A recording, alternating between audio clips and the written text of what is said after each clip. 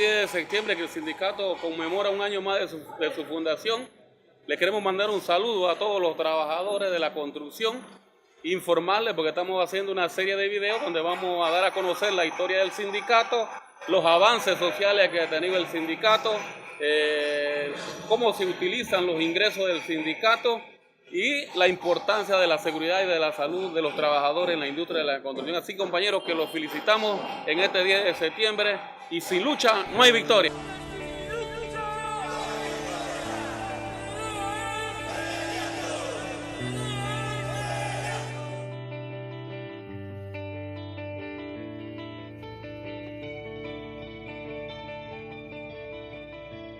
Sí, miren, la historia del sindicato, pues creo que es importante que la gente sepa cómo nace.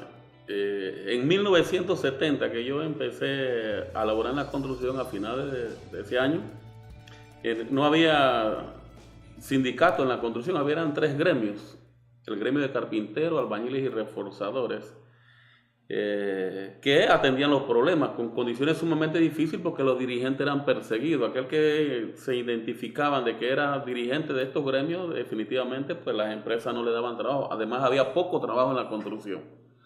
Pero para atender los problemas en los centros de trabajo era una situación difícil, porque de repente estaba el gremio de los albañiles, pero no estaba el gremio de los carpinteros, que era que tenía el problema. Entonces el gremio de los albañiles no quería atender el gremio de los reforzadores y surgían todos estos problemas.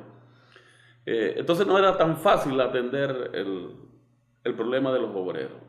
El problema también de la cuota sindical, que es fundamental para el efecto de que los trabajadores pagan sus aportes y en este caso los dirigentes pudieran atender los problemas. No había cotización. Los compañeros que estaban en esos gremios pues se dedicaban a hacer con medio de cuaderno, hacer las cotizaciones voluntarias al que querían, ¿verdad? Ellos conversan entre ellos, hacen una programación de los tres gremios, la necesidad de unirse como un solo sindicato. Se fue una idea que fue discutida por mucho tiempo entre los diferentes sectores. Deciden hacer una asamblea general que fue en la sala francesa que llamaban anteriormente, y se funda pues el 10 de septiembre la unión de estos tres gremios, fundan lo que hoy conocemos nosotros como el Sindicato Único Nacional de Trabajadores de la Industria de la Construcción y Similares, SUNTRA. Eso fue el 10 de septiembre de 1972. El sindicato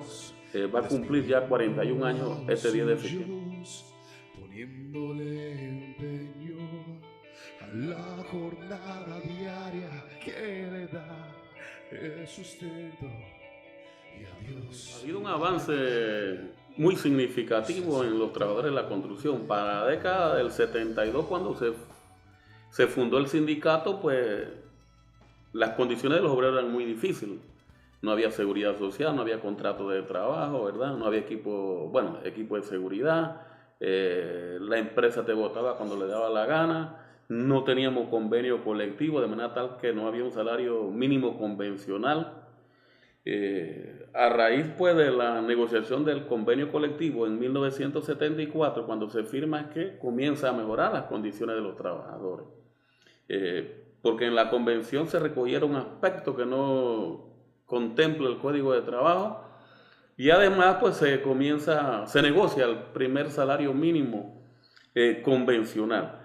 Creo que eso es importante, y también clasificaciones. Se va estableciendo salario por clasificaciones, o sea, del albañil, del carpintero, del reforzador, de los electricistas, de los plomeros, de los operadores, que eso es importante porque el código laboral no hace distinción.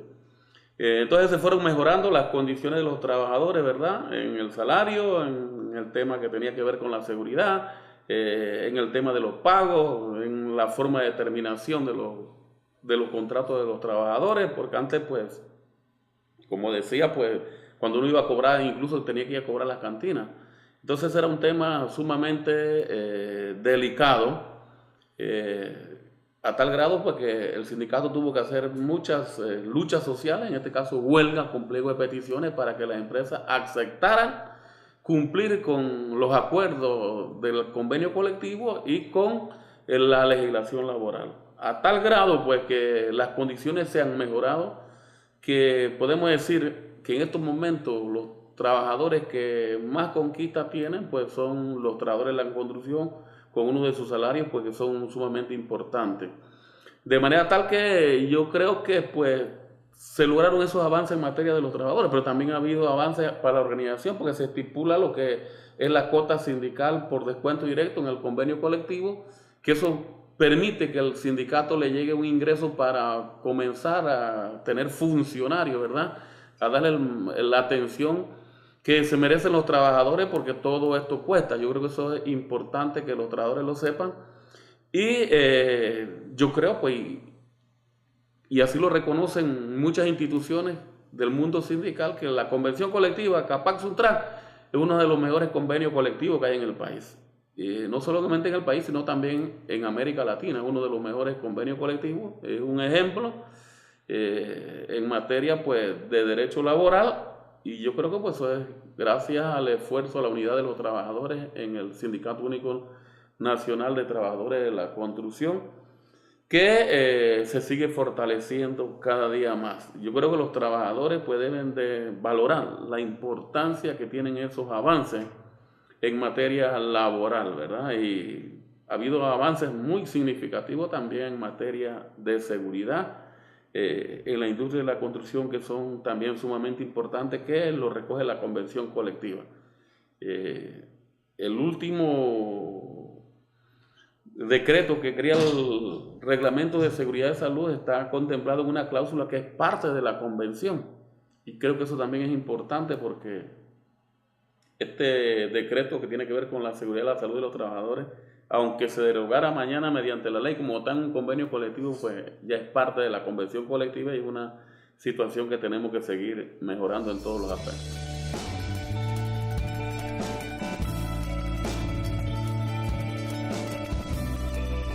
Bueno, la cuota sindical es muy importante para las organizaciones sindicales. En el caso específico de Suntra, Suntra tiene sus ingresos y tiene sus egresos. Los enemigos políticos del sindicato siempre tratan de atacar el sindicato por la parte económica.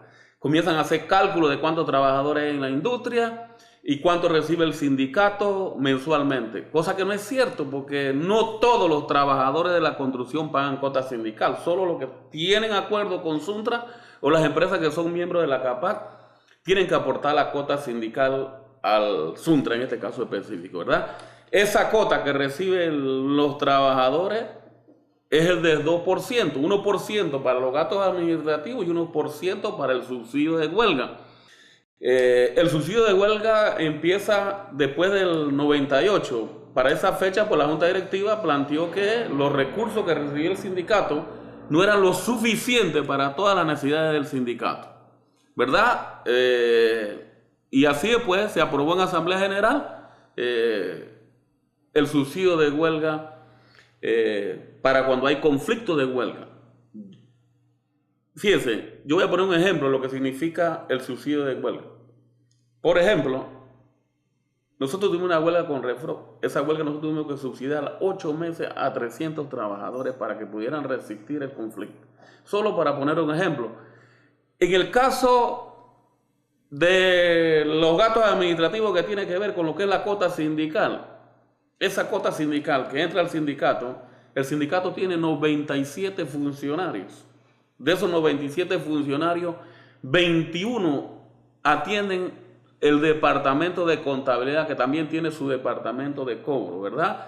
Y 73 compañeros se dedican a atender las otras responsabilidades del sindicato, conflictos laborales, ¿verdad? Hay un funcionario en el Ministerio de Trabajo que tiene que atender los problemas de los trabajadores todos los días, y también hay un funcionario que está en el sindicato para atender a todos los trabajadores que llegan con diferentes problemas, incluso a buscar subsidios para efectos de algunas necesidades que tienen, ¿verdad? El sindicato también apoya en ese sentido. Pero hay otros gastos, por ejemplo, de vacaciones, de 13º mes, de 6%. El sindicato tiene local propio en Boca del Toro, en Chiriquí, en Santiago, en Aguadulce, en Azuero, en Chorrera, en Colón, en Panamá, compró terreno en Boca del Toro, ¿verdad? Y todos esos locales hay que pagar luz, agua, teléfono, tiene 24 vehículos que hay que darle mantenimiento, el combustible, todo lo que eso representa, que son de propiedad del sindicato, sin incluir, tiene motos, tiene 2 motos, tiene una lancha también, ¿verdad?, que se utiliza en el área pues, de la isla para efecto de atender los problemas laborales. Hay un local que se está construyendo en Veranillo donde vamos a centralizar todas las actividades del sindicato, va a ser su sede, van a haber dormitorios, van a haber salones de estudio, van a haber departamentos de contabilidad más modernos. Ese edificio va a tener un auditorio que van a caber cerca de 300 trabajadores, va a tener un ascensor, todo eso porque significa gasto. Para eso se utilizan los recursos o los ingresos de la cuota sindical que aportan los trabajadores. Hay otros gastos, por ejemplo, gastos legales que son también altos. Cuando los trabajadores son detenidos, el sindicato tiene que utilizar recursos. Yo pongo el ejemplo, en el conflicto para conquistar el reglamento de seguridad y salud, del 13 de febrero al 15, que el país estuvo prácticamente paralizado, estoy hablando del 2008, después del asesinato de Hiromi Gemid, hubieron cerca de 2.000 trabajadores presos que los tenían aglutinados allá, concentrado la policía en Gamboa. Se tuvo que pagar 116 balboas por cada trabajador para conseguir la libertad. Gastos de esto. De manera tal que los trabajadores saben eso, perfectamente lo saben, ¿verdad? Y confían en su sindicato. Y estos informes se dan en las estructuras del sindicato, en la junta directiva, en el Consejo Nacional y en las asambleas que se hacen.